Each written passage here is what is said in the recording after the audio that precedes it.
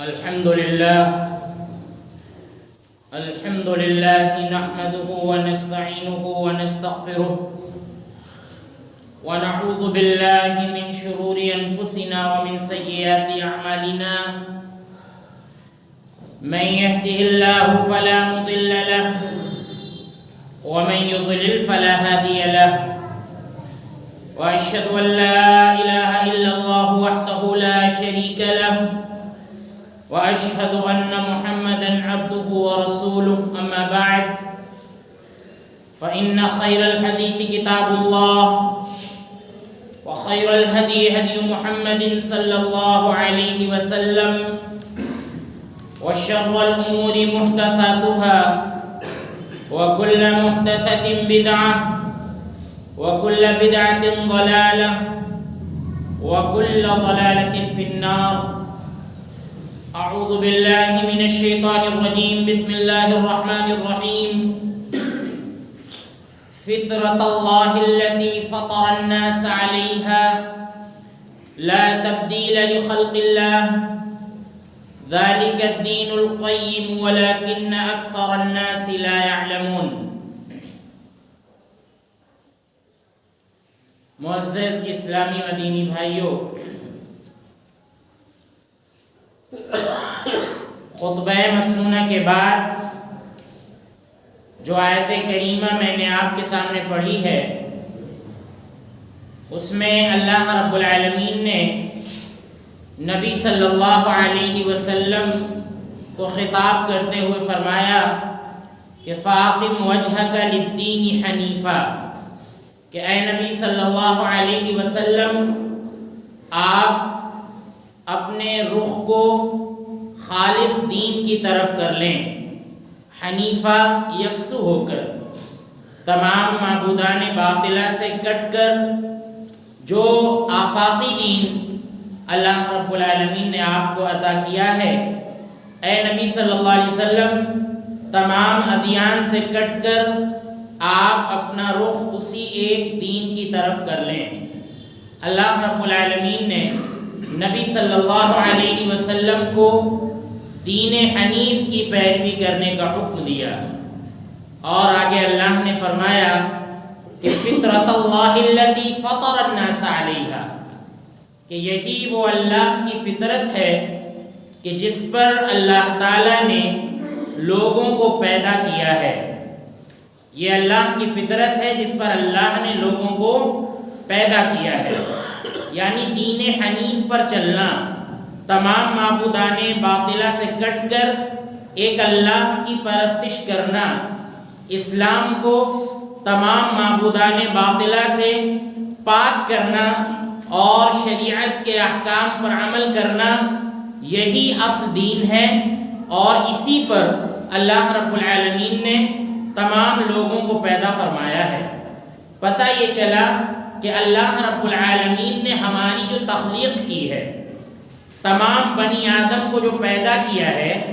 وہ اس بات پر پیدا کیا ہے کہ فطری طور پر اللہ رب العالمین نے ہر شخص کے اندر توحید کو داخل کیا ہے،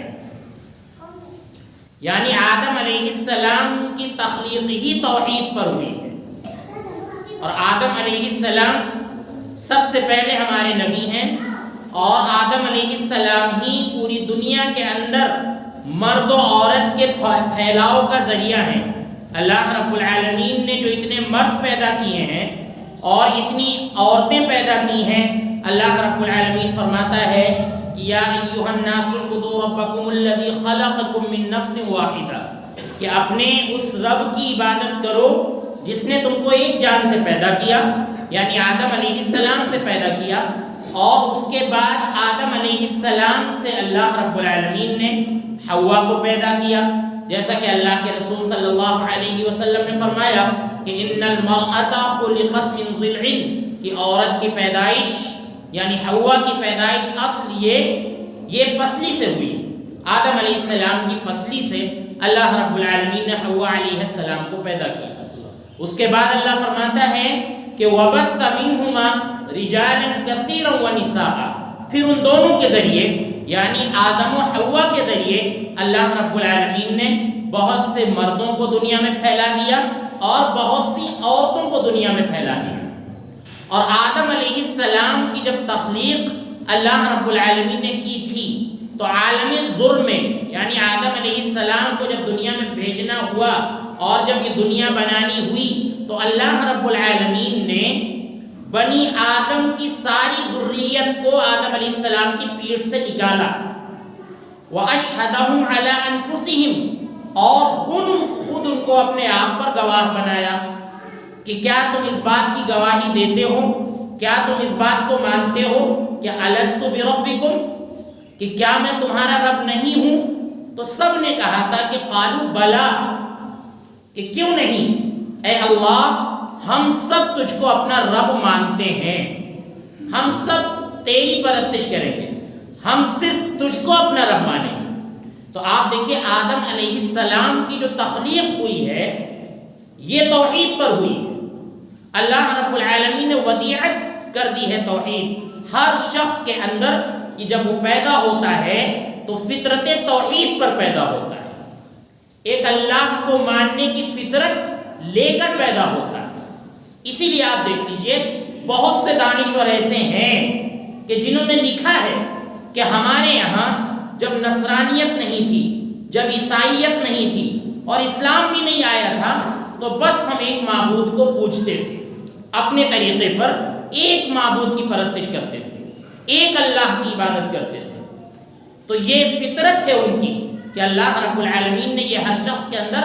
یہ بات ودیعت کر دی ہے، داخل کر دی ہے کہ جب وہ پیدا ہوتا ہے تو اس کی پیدائش جو ہوتی ہے وہ فطرت پر ہوتی ہے، اور فطرت یہ ہے کہ اللہ رب العالمین کو ایک مانا جائے،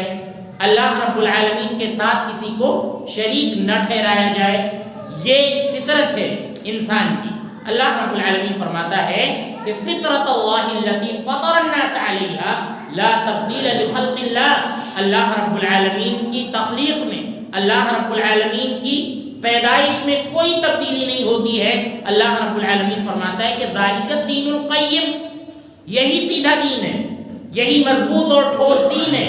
اللہ رب العالمین کو ایک ماننا، اللہ رب العالمین کے ساتھ کسی کو شریک نہ کرنا، ہر چیز کا مالک اللہ رب العالمین کو ماننا، اللہ رب العالمین کو مختار کل ماننا، خالق کائنات ماننا اور مدبر کائنات ماننا، اللہ رب العالمین کو رازق ماننا،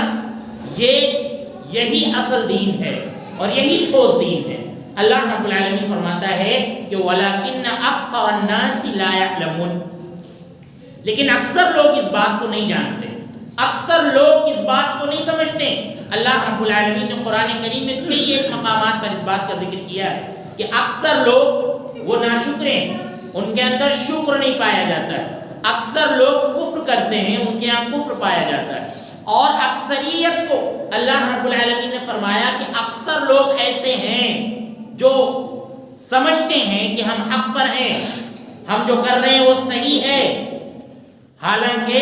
وہ صرف اور صرف ظن کی پیروی کرتے ہیں، صرف اور صرف وہم و گمان کی پیروی کرتے ہیں اور اسی کے پیچھے چل رہے ہیں اور اسی کو سب کچھ سمجھ رہے ہیں۔ تو یہ جو تمہید ہے ہم نے اس لیے باندھی ہے کہ یہ جو موجودہ دور چل رہا ہے اس میں سب سے پہلے ایک اللہ رب العالمین کو مان کر اس کی توحید کا پرستار ہوا جائے، اس کی توحید کا اقرار کیا جائے اور اس کے بعد عبادتوں پر توجہ دی جائے۔ سب سے پہلے ہم اپنے ایمان کو ٹٹولیں کہ ہمارے یہاں شرک تو نہیں پایا جاتا، کیا ہمارے یہاں فطرت سے الگ کوئی بات تو نہیں پائی جاتی، کیونکہ اس فتنے کے دور میں ایک اللہ رب العالمین کو پہچاننا، ایک اللہ رب العالمین کو پہچان کر اللہ رب العالمین کو اللہ کا حق دینا، جیسا کہ اللہ رب العالمین حدیث قدسی میں فرماتا ہے کہ میرے اوپر بندوں کا حق یہ ہے کہ بندے اگر میرے ساتھ شرک نہ کریں تو میں ان کو عذاب نہ دوں، اور بندوں پر میرا حق یہ ہے کہ بندے صرف اور صرف میری پرستش کریں،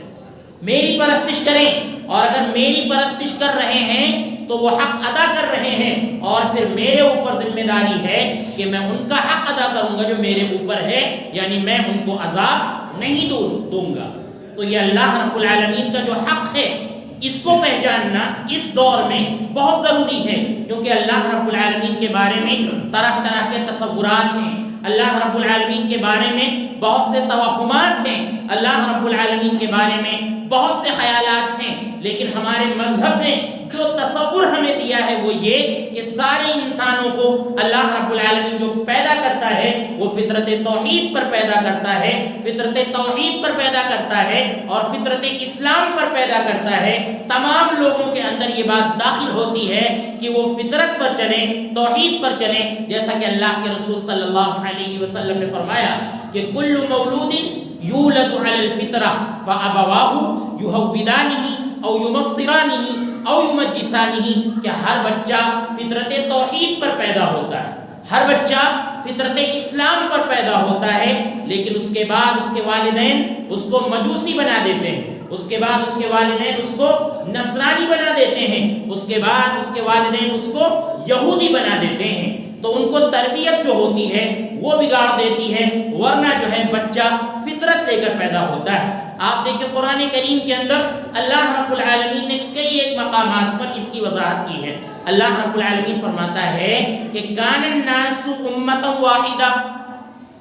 فبعث اللہ النبیین مبشرین ومنذرین وانزل معهم الکتاب بالحق لیحکم بین الناس فیما اختلفوا فیہ۔ کان الناس امۃ واحدہ، کہ تمام لوگ ایک امت تھے، سب ایک امت تھے،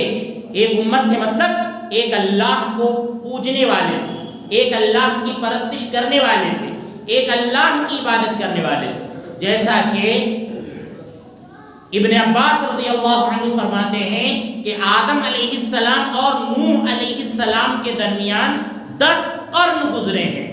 یعنی 10 صدیاں گزری ہیں، 1000 سال گزرے ہیں۔ سب کے سب لوگ جو تھے اس دور میں سب ایک اللہ کو ماننے والے تھے، ایک اللہ کی پرستش کرنے والے تھے، شرک نہیں تھا دنیا کے اندر، دنیا کے اندر توحید ہی توحید تھی، سب ایک اللہ کو مانتے تھے۔ اس کے بعد نوح علیہ السلام کو اللہ رب العالمین نے بھیجا، اور نوح علیہ السلام ہی کے قوم کے کچھ لوگ تھے جہاں سے اس شرک کا آغاز ہوا، شرک کا آغاز ہوا۔ اس کے بعد نوح علیہ السلام کو اللہ رب العالمین نے بھیجا، جیسا کہ ابن عباس رضی اللہ عنہ فرماتے ہیں سورہ نوح کی روشنی میں کہ سورہ نوح میں جو کہا گیا ہے کہ وَقَالُوا لَا تَذَرُنَّ آلِهَتَكُمْ وَلَا تَذَرُنَّ وَدًّا وَلَا سُوَاعًا وَلَا يَغُوثَ وَيَعُوقَ وَنَسْرًا وَقَدْ أَضَلُّوا كَثِيرًا وَلَا تَزِدِ الظَّالِمِينَ إِلَّا ضَلَالًا، کہ نوح علیہ السلام کی قوم کے سرکشوں نے کہا کہ تم لا تذرن آلہتکم،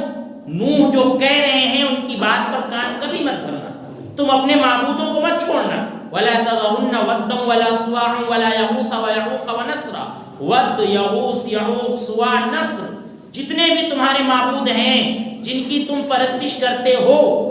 ان کو تم مت چھوڑنا، ان کی پرستش کرتے رہنا۔ اب ابن عباس رضی اللہ عنہ فرماتے ہیں کہ قوم نوح کے یہ سب افراد تھے، یہ جو نام اللہ رب العالمین نے یہاں پر ذکر کیے ہیں یہ سب قوم نوح کے افراد تھے۔ جب یہ دنیا سے چلے گئے، مر کر چلے گئے، تو شیطان نے ان کی قوم کے کچھ لوگوں کے دلوں میں یہ بات ڈالی کہ یہ تمہاری قوم کے نیک لوگ تھے، صالح لوگ تھے، کیا تم ان کو ایسے ہی مر کر جانے دو گے؟ دنیا سے یہ چلے جائیں گے اور تم ان کو یاد نہیں کرو گے، لہذا ان کے یاد رکھنے کا ایک اہم ذریعہ یہ ہے کہ جہاں پر تم لوگ بیٹھتے ہو، جہاں پر تم لوگ اپنی مجلس کرتے ہو، جہاں پر تمہاری محفلیں منعقد ہوتی ہیں، وہاں پر ان کے مجسمے لگا لو، ان کی تصویریں لگا لو تاکہ ان کی یاد تازہ ہوتی رہے۔ اب آپ دیکھیں جن لوگوں نے تصویریں لگائی تھیں وہ ابھی صرف یادداشت کے لیے تصویریں لگائی تھیں انہوں نے، کہ ان بزرگوں کی یاد آتی رہے، ان بزرگوں کو ہم یاد کرتے رہیں۔ اس کے بعد جب یہ لوگ مر گئے، جنہوں نے مجسمے لگائے تھے، جب یہ لوگ دنیا سے چلے گئے، اور اس کے بعد ابن عباس رضی اللہ عنہ فرماتے ہیں کہ علم اٹھا لیا گیا، بس جہالت عام ہو گئی، جہالت پھیل گئی، تو پھر عبدت، انہی کی عبادت کی جانے لگی، انہی کی عبادت کی جانے لگی، پرستش کی جانے لگی۔ آپ دیکھیں دوسری روایت میں ہے کہ عاکفوا علی قبورہم، یہ سب جا کر ان کی قبروں پر بیٹھ گئے اور قبر پرستی شروع ہو گئی، قبروں کی پوجا ہونے لگی، ان بزرگوں کی قبروں کی پوجا ہونے لگی۔ تو آپ دیکھیے اس سے پتہ چلا کہ توحید جو ہے یہ اسبق ہے شرک سے۔ دنیا کے اندر توحید پہلے تھی،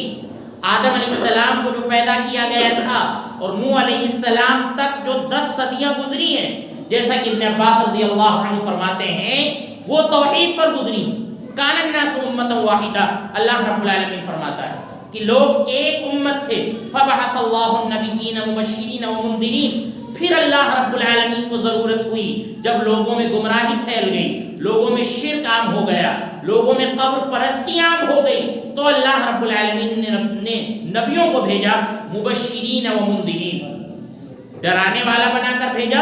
اور خوشخبری دینے والا بنا کر بھیجا۔ ڈرانے والا مطلب کہ اگر تم شرک کرو گے، شرک سے تم باز نہیں آئے تو اللہ رب العالمین تمہیں دنیا میں بھی عذاب دے گا اور آخرت میں بھی اللہ رب العالمین تم کو دائمی عذاب دے گا۔ اور خوشخبری دینے والا یعنی اگر تم ایمان لائے اور اللہ رب العالمین کو مانا تو ایسے لوگ ایمان والے ہیں، اور اللہ رب العالمین ایسے لوگوں کو دنیا میں بھی نعمتیں عطا کرے گا اور آخرت میں بھی نعمتیں عطا کرے گا۔ اللہ رب العالمین فرماتا ہے کہ وَأَنزَلَ مَعَهُمُ الْكِتَابَ بِالْحَقِّ لِيَحْكُمَ بَيْنَ النَّاسِ فِيمَا اخْتَلَفُوا فِيهِ۔ ان کے ساتھ اللہ رب العالمین نے، نبیوں کے ساتھ، رسولوں کے ساتھ اللہ رب العالمین نے کتابیں بھی بھیجی، کتابیں نازل کی، صحیفے نازل کیے۔ کیوں؟ لِيَحْكُمَ بَيْنَ النَّاسِ فِيمَا اخْتَلَفُوا فِيهِ، تاکہ اللہ رب العالمین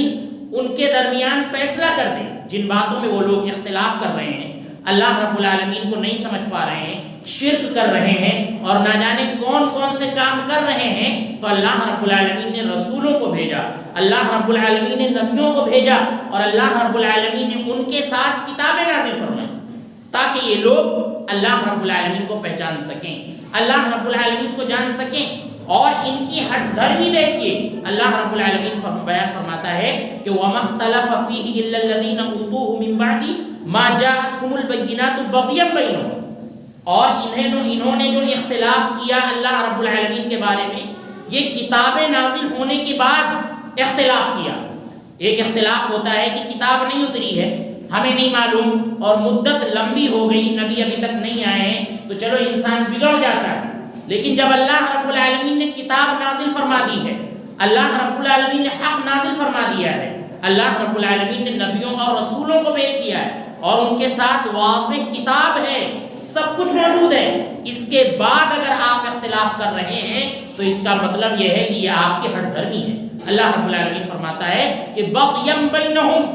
آپس کی بغاوت کی وجہ سے اور آپس کی ہٹ دھرمی کی وجہ سے انہوں نے رسولوں کا بھی انکار کیا اور انہوں نے ان کتابوں کا بھی انکار کر دیا جو کتابیں ان کے اوپر اتاری گئی تھیں، جو کتابیں ان کے اوپر نازل کی گئی تھیں ان کا بھی انکار کر دیا۔ اللہ رب العالمین فرماتا ہے کہ اللہ تعالیٰ اختلافات میں فیصلہ کرنے کی قوت اللہ رب العالمین صرف اور صرف ایمان والوں کو عطا فرماتا ہے، ایمان والوں کو عطا فرماتا ہے کہ وہ اختلافات میں بھی ایک اللہ کو پہچان کر ایک اللہ رب العالمین کی پرستش کرتے ہیں، ایک اللہ رب العالمین کو مانتے ہیں۔ یہ چیز اللہ رب العالمین ایمان والوں کو عطا فرماتا ہے۔ اللہ تعالیٰ فرماتا ہے کہ واللہ یہدی من یشاء الی صراط مستقیم، اللہ تعالیٰ جسے چاہتا ہے سیدھے راستے کی توفیق دیتا ہے، اللہ رب العالمین جسے چاہتا ہے سیدھے راستے کی ہدایت دیتا ہے۔ آپ دیکھیں اس سے بھی پتہ چلا کہ دنیا کے اندر توحید پہلے آئی تھی اور جو قبر پرستی اور شرک کی جو ساری باتیں ہوئی ہیں یہ بہت بعد میں یہ ساری باتیں ہوئی ہیں، یہ بہت بعد کی پیداوار ہیں، پہلے دنیا کے اندر توحید آئی تھی۔ اور اسی طرح سے آپ دیکھیے اللہ رب العالمین سورۃ البینہ کے اندر فرماتا ہے کہ لم یکن الذین کفروا من اہل الکتاب والمشرکین منفکین حتی تأتیہم البینہ رسول من اللہ یتلو صحفا مطہرہ، کہ یہ اہل کتاب اور اسی طرح سے یہ مشرکین یہ ایمان لانے والے نہیں تھے اور اپنی باتوں سے ہٹنے والے نہیں تھے، یہاں تک کہ اللہ رب العالمین ان کے پاس ایک واضح دلیل لے آتا، یعنی رسول من اللہ یتلو صحفا مطہرہ فیہا کتب قیمہ، یعنی ایک رسول آتا جو ان کے پاس کتابیں لے کر آتا، صحیفے لے کر آتا، یہ لوگ ان صحیفوں کی تلاوت کرتے، ان کو پڑھتے اور جن کے اندر مضبوط مضامین ہوتے، یہ سب پڑھتے اس کے بعد یہ ایمان لا سکتے تھے. تو یہ ساری چیزیں اللہ رب العالمین نے نازل فرمائی. اللہ رب العالمین نے بہت سے رسولوں کو نازل فرمایا, اللہ رب العالمین نے بہت سے نبیوں کو نازل فرمایا, اور سب کے ساتھ اللہ رب العالمین نے ٹھوس کتابیں نازل فرمائی. اللہ رب العالمین نے تورات نازل فرمائی. تورات میں بھی آپ دیکھیں توحید کا ذکر تھا, اور توحید میں اور تورات میں اس بات کا بھی ذکر تھا کہ ایک نبی آئے گا جس کا نام فلاں فلاں ہوگا, لہذا اس پر تمہارے لیے ایمان لانا ضروری ہوگا. اللہ رب العالمین نے انجیل نازل فرمائی. انجیل کے اندر بھی توحید کا ذکر, اور اس کے اندر بھی نبی صلی اللہ علیہ وسلم کے نام کا ذکر, احمد کا ذکر, کہ ایک نبی آئے گا جس کا نام ہوگا احمد, لہذا اس نبی پر تمہارے لیے ایمان لانا ضروری ہوگا, اس کی بات کو ماننا تمہارے لیے ضروری ہوگا. اللہ رب العالمین نے زبور نازل فرمائی, اور زبور میں بھی اللہ رب العالمین نے اسی بات کا ذکر کیا, توحید کا ذکر کیا, اور اس کے بعد ایک اللہ کو ماننے کا اللہ رب العالمین نے ذکر کیا. لیکن آپ دیکھیں ان یہودیوں کی, ان عیسائیوں کی ہٹ دھرمی دیکھیے کہ یہ اللہ رب العالمین کے احکام کو چھپا لیتے تھے. آپ دیکھیں اللہ کے رسول صلی اللہ علیہ وسلم کے پاس جب یہ فیصلے کرانے کے لیے آتے تھے تو اللہ کے نبی صلی اللہ علیہ وسلم ان سے یہی کہتے تھے کہ اپنی کتاب لاؤ, تمہاری جو کتاب ہے جس میں تحریف نہیں ہوئی ہے اس کے اندر حق موجود ہے, ایک اللہ کو ماننا اس کے اندر موجود ہے, شریعت کے بہت سے صحیح احکام اس کے اندر موجود ہیں. لیکن جب یہ لوگ کتاب لے کر آتے تو اس کے اندر تحریف کرتے, اور جو حق بات ہوتی تھی اس کو چھپا لیا کرتے. تو حق بات کو چھپانا یہ باطل پرستوں کا شیوا ہے. اللہ رب العالمین کو ایک نہ ماننا یہ باطل پرستوں کا شیوا ہے. تو آپ دیکھیے اللہ رب العالمین نے بیان فرمایا کہ یہ اہل کتاب اپنی بات سے ٹلنے والے نہیں تھے, یہاں تک کہ اللہ رب العالمین ایک رسول نازل فرماتا, اور رسول کے ساتھ واضح کتاب نازل فرماتا, اور اس کتاب کے اندر ٹھوس مضامین ہوتے. یہ ساری باتیں اللہ رب العالمین نے نازل فرمائی, لیکن اس کے باوجود انہوں نے اختلاف کیا. اللہ رب العالمین آگے فرماتا ہے کہ وَمَا أُمِرُوا إِلَّا لِيَعْبُدُوا اللَّهَ مُخْلِصِينَ لَهُ الدِّينَ, کہ ان لوگوں کو حکم نہیں دیا گیا تھا مگر اسی بات کا کہ یہ سب حنیف ہو جائیں. حنیف ہو جائیں یعنی ملت ابراہیمی کی پیروی کریں. ابراہیم علیہ السلام ایک ایسے نبی ہیں جنہوں نے مختلف مثالیں دے کر اللہ رب العالمین کی ذات کو سمجھایا تھا کہ ایک اللہ رب العالمین ہی رب بننے کی صلاحیت رکھتا ہے, جو غائب نہ ہو وہ رب بننے کی صلاحیت رکھتا ہے, جو ہر چیز دینے پر قادر ہو وہ رب بننے کی صلاحیت رکھتا ہے, اور جو تمام چیزوں پر جس کا قبضہ ہو وہ ذات رب بننے کی صلاحیت رکھتی ہے. لہذا ابراہیم علیہ السلام نے اس بات کی وضاحت کی, تو اللہ رب العالمین نے ان کی بات کی تمام نسلوں کو اس بات کا حکم دیا کہ مخلصین لہ الدین حنفاء ویقیموا الصلاة ویؤتوا الزکاة وذلک دین القیمہ, کہ یہ سب حنیف ہو جائیں, ایک اللہ رب العالمین کو ماننے والے ہو جائیں, اور تمام معبودان باطلہ سے کٹ جائیں, تمام معبودان باطلہ سے کٹ کر نماز قائم کریں, زکوٰۃ دیں, اور ایمان والے بن جائیں. اللہ رب العالمین نے ان کو اس بات کا حکم دیا. تو ان باتوں سے معلوم ہوا کہ توحید اگر اللہ رب العالمین نے ہمیں سمجھا دی ہے, اور توحید کی باتیں اگر ہمیں سمجھ میں آ گئی ہیں, تو یہ بہت بڑی بات ہے, اور اللہ رب العالمین کا بہت بڑا عطیہ ہے, سمجھ لیجئے. اور اللہ رب العالمین نے ہم کو سب کچھ عطا فرما دیا ہے. آج افسوس ہوتا ہے کہ ہم مسلمان بھائی ہیں, اور ہمارے یہاں شرک و بدعت کی بہت سی باتیں پائی جاتی ہیں, بہت سی شرک کی باتیں پائی جاتی ہیں. ہم تحقیق کر کے ہم ایک اللہ رب العالمین کو نہیں مان پا رہے ہیں. گزشتہ خطبے میں اس کا تھوڑا سا اشارہ ہوا تھا, قبر پرستی کی طرف اشارہ کیا گیا تھا, قبر پرستی کے بارے میں آپ کو بتلایا گیا تھا. آپ دیکھیں قبر پرستی جو ہوئی یہ نوح علیہ السلام کی قوم سے اس کا آغاز ہوا, وہاں سے یہ چیز شروع ہوئی. اس سے پہلے دنیا کے اندر قبر پرستی نہیں تھی, قبر پرستی شروع ہو گئی. اب آپ دیکھیے جو لوگ قبر پرستی کرتے ہیں, قبروں پر جاتے ہیں اور وہاں پر دعائیں مانگتے ہیں یا اس سے آگے بڑھ کر سجدے وغیرہ کرتے ہیں, جب ان سے کہا جاتا ہے کہ بھائی آپ ایسا کیوں کرتے ہیں, تو وہ کہتے ہیں کہ یہ شرک نہیں ہے, اس کو شرک نہیں کہتے ہیں. وہ یہ کہتے ہیں کہ ہم ان کو پکار تھوڑی رہے ہیں, یا ہم ان کو اللہ تھوڑی سمجھ رہے ہیں, بس ہم ان کو ذریعہ بنا رہے ہیں, بس ہم ان کو وسیلہ بنا رہے ہیں. آپ دیکھیں گزشتہ زمانے کے جو مشرکین تھے, اللہ کے نبی صلی اللہ علیہ وسلم کے زمانے کے جو مشرکین تھے, ان کے بارے میں اللہ رب العالمین فرماتا ہے کہ وَلَئِن سَأَلْتَهُم مَّنْ خَلَقَ السَّمَاوَاتِ وَالْأَرْضَ لَيَقُولُنَّ اللَّهُ, کہ اگر آپ ان سے پوچھیں کہ آسمان و زمین کو کس نے پیدا کیا ہے, اور روزی کون دیتا ہے, رزق کون دیتا ہے, تو یہ سب کہیں گے کہ اللہ رب العالمین رزق دیتا ہے. آسمان کو پیدا کرنے والا، زمین و آسمان کو پیدا کرنے والا، ہمیں رزق دینے والا، بارش برسانے والا، یہ تنہا اللہ رب العالمین ہے. لیکن ہم جو ان کو پکارتے ہیں تو بس ہم وسیلہ بناتے ہیں. ما نعبدهم الا ليقربونا الى الله زلفا، کہ ہم ان کو جو پکارتے ہیں بس اس لیے کہ یہ ہم کو اللہ سے قریب کر دیتے ہیں. آپ دیکھیں کتنا صاف عقیدہ اللہ رب العالمین نے ان کا بیان کیا کہ وہ ربوبیت میں اللہ کو ایک مانتے تھے، یعنی رب وہ اللہ ہی کو مانتے تھے، بس عبادت میں وہ شرک کرتے تھے. اور شرک کی بھی آپ دیکھ لیجئے، جس کو ہم کہہ رہے ہیں وہ شرک نہیں بلکہ وہ وسیلہ بناتے تھے، ذریعہ بناتے تھے. اس کے باوجود اللہ رب العالمین نے ان کو مشرک کہا ہے، ان کو مشرک کہا ہے. اور آج ہمارا معاملہ یہ ہے کہ ہم ربوبیت میں بھی اللہ کو ایک نہیں مانتے، رب ہونے میں بھی اللہ کو ایک نہیں مانتے. ہم لڑکا دینے والا کسی قبر والے کو مانتے ہیں، ہم رزق دینے والا کسی فلاں بابا کو مانتے ہیں، ہم جو ہے حاجت پوری کرنے والا فلاں قبر والے کو مانتے ہیں. تو یہ ہمارے یہاں پایا جا رہا ہے، ہمارے یہاں ربوبیت میں شرک پایا جا رہا ہے. حالانکہ مشرکین مکہ کا معاملہ یہ تھا کہ ربوبیت میں وہ شرک نہیں کرتے تھے، بس عبادت میں کرتے تھے. اور عبادت میں بھی شرک کی نوعیت یہ تھی کہ یہ ہمیں صرف اللہ سے قریب کر دیتے ہیں، اس لیے ہم ان کو پوچھتے ہیں. اس کے باوجود اللہ نے ان کو مشرک کہا اور شرک اکبر کرنے والا کہا. یہ شرک اکبر کرتے ہیں، بڑا شرک کرتے ہیں، اور یہ ایسا شرک ہے کہ جس کو اللہ رب العالمین کبھی بھی معاف نہیں فرمائے گا، کبھی بھی معاف نہیں فرمائے گا. اس لیے میرے بھائیوں، ہم مسلمان ہیں اور ہمارے یہاں اگر قبر پرستی پائی جائے اور جس کی حقیقت ہم جان چکے ہیں کہ پہلے اس کی کچھ بھی حقیقت نہیں تھی، پہلے اس کی کچھ بھی حقیقت نہیں تھی. اگر اس کی کچھ بھی حقیقت ہوتی تو سب سے زیادہ جو پاک قبریں ہوتی اس دنیا کے اندر وہ انبیاء کی ہوتی، اور ساری قبریں دنیا کے اندر واضح ہوتی، پتہ ہوتی کہ ان کی قبریں کہاں ہیں، اور ان کی قبروں پر جایا جاتا، وہاں پر قبر پرستی ہوتی اور انبیاء کو وسیلہ بنایا جاتا. لیکن آپ دیکھیے اس کو بھی ہماری شریعت نے حرام اور ناجائز قرار دیا ہے. اور اسی لیے آپ دیکھ لیجئے یہ اللہ رب العالمین کی بہت بڑی حکمت ہے کہ نبی صلی اللہ علیہ وسلم کے علاوہ کم ہی نبی ہیں کہ جن کی قبروں کے بارے میں تعین کے ساتھ معلوم ہے کہ وہ کہاں ہیں، وہ کہاں ہیں پتہ ہی نہیں ہے. اللہ رب العالمین نے غائب کر دی. اگر ایسا کچھ ہوتا، اس کی کچھ حقیقت ہوتی تو تمام قبریں دنیا کے اندر نبیوں کی موجود ہوتی، اور ہم وہاں جاتے چادریں چڑھاتے، ہم وہاں جاتے دعائیں کرتے، اور وہاں جاتے ہم سجدے کرتے اور ہم ان کو وسیلہ بناتے.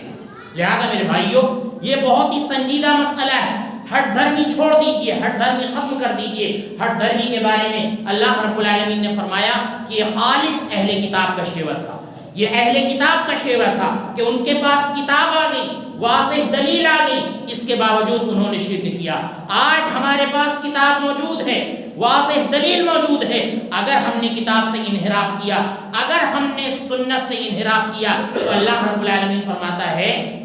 کہ ہم اسے اس کی طرف جانے دیتے ہیں. وَنُصْلِهِ جَهَنَّمَ، اور پھر آخر میں ہم اس کو جہنم میں ڈال دیں گے، جہنم میں پھینک دیں گے. جس طرف وہ بھٹک رہا ہے، دلیل واضح ہونے کے بعد، قرآن واضح ہونے کے بعد، کتاب واضح ہونے کے بعد، جس طرف وہ جا رہا ہے ہم اس کو ادھر جانے دیتے ہیں. اور اللہ رب العالمین فرماتا ہے کہ آخر میں ہم اسے جہنم میں ڈال دیں گے.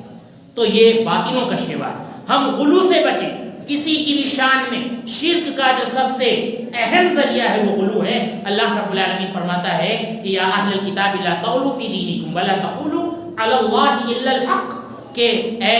اہل کتاب اپنے دین میں غلو سے کام نہ لو اور اللہ رب العالمین کے بارے میں حق بات کہو. جو تمہیں بتایا گیا ہے اللہ کے بارے میں صرف وہی اللہ کے بارے میں کہو. ہر کسی کو اپنا معبود نہ مانو اور اللہ کے بارے میں ہر طرح کی باتیں نہ کہا کرو کہ اللہ نے فلاں کو اپنا شریک بنایا ہے، فلاں کو اپنا شریک بنایا ہے. اس طرح کی باتیں اللہ رب العالمین کے بارے میں نہ کہا کرو. لہذا اللہ رب العالمین کے بارے میں وہی کہا کرو جس کا تمہیں علم ہے. وَلَا تَقْفُ مَا لَيْسَ لَكَ بِهِ علم، جس کا علم تمہارے پاس نہیں ہے اس کے پیچھے نہ پڑا کرو. لہذا میرے بھائیوں یہ توحید آپ سمجھ لیں مرکز ہے، یہ توحید محور ہے. لوگ کہتے ہیں کہ یہ لوگ ہمیشہ توحید توحید کی رٹ لگائے رہتے ہیں. ہم یہ کہتے ہیں کہ اگر ہمارے اندر توحید نہیں ہے، زندگی بھر ہم سجدہ کرتے رہیں، زندگی بھر ہم دعائیں کرتے رہیں، لیکن ایک اللہ کو کے حق کو اگر ہم نہیں پہچان پائے ہیں تو ہماری زندگی بھر کی عبادتیں بیکار ہیں، زندگی بھر کی عبادتیں عقارت ہیں۔ آپ کو یاد ہونا چاہیے ان صحابی کا واقعہ کہ جنہوں نے ایک نماز بھی نہیں پڑھی تھی، لیکن انہوں نے اشہد واللہ الہ الا اللہ و اشہد ان محمد رسول اللہ صدقے دل سے کہا تھا، صدقے دل سے کہا تھا کہ اللہ کے سوا کوئی معبود نہیں ہے۔ تمام معبودوں سے وہ کٹ گئے تھے اور نبی صلی اللہ علیہ وسلم کے علاوہ کسی کی شریعت کو انہوں نے تسلیم نہیں کیا تھا۔ چند لمحوں کے لیے، چند ساتوں کے لیے ایک وقت کی نماز نہیں پڑھی اور وہ شہید ہو گئے۔ اللہ رب العالمین انشاءاللہ ان کو جنت عطا فرمائے گا۔ تو آپ دیکھیں یہ ہے توحید کی قیمت، یہ ہے توحید کی اہمیت۔ لہذا سب سے پہلے توحید ہونا چاہیے، ساری عبادتوں سے پہلے توحید ہونا چاہیے۔ ایک اللہ کو پہچانے، ہم میں سے ہر ایک شخص ایک اللہ کو پہچانے، ایک اللہ کے حق کو پہچانے، اس کے بعد ایک اللہ کی پرستش کرے، ایک اللہ کی عبادت کرے، ایک اللہ کے لیے نمازیں پڑھیں، ایک اللہ سے دعائیں کریں۔ یہ ساری چیزیں بعد میں آتی ہیں، لیکن پہلے ایک اللہ کا حق آتا ہے کہ اللہ رب العالمین کا جو حق ہے وہ حق اللہ رب العالمین کو دیا جائے۔ تو یہ جو ناجائز کام ہوتے ہیں ہمارے یہاں، یہ سب اللہ رب العالمین کے حق میں سمجھنے کی ڈاکہ ڈالنے والی یہ کام ہے۔ تو ہم ان صورتوں میں اللہ رب العالمین کو صحیح ڈھنگ سے نہیں پہچان سکتے ہیں۔ اللہ رب العالمین سے دعا ہے کہ اللہ تعالیٰ ہمیں ان باتوں کو سمجھنے کی اور ان پر عمل کرنے کی توفیق عطا فرمائے۔ اللہ رب العالمین ہمیں اپنا حق پہچان کر اور صرف اپنی عبادت کرنے کی توفیق عطا فرمائے۔ اے اللہ ہمیں شرک و بدعات سے محفوظ فرما۔ اے اللہ ہمیں قرآن و سنت کو منہج سلف پر سمجھنے کی توفیق عطا فرما۔ اے اللہ جن بھائیوں نے دعا کی گزارش کی ہے ان کی تمام جائز تمناؤں کو قبول فرما۔ اگر وہ بیمار ہیں تو انہیں شفاء کاملہ عاجلہ عطا فرما۔ اے اللہ ہم سب کے گناہوں کو معاف فرما۔ اے اللہ ہمارے والدین پر رحم فرما۔ اے اللہ ہمارے بزرگوں پر رحم فرما۔ اے اللہ جب تک ہم اس دنیا میں رکھ ایمان کی حالت میں رکھ، جب ہمارا خاتمہ ہو ایمان کی حالت میں ہو۔ آمین۔ وآخر دعوانا الحمدللہ۔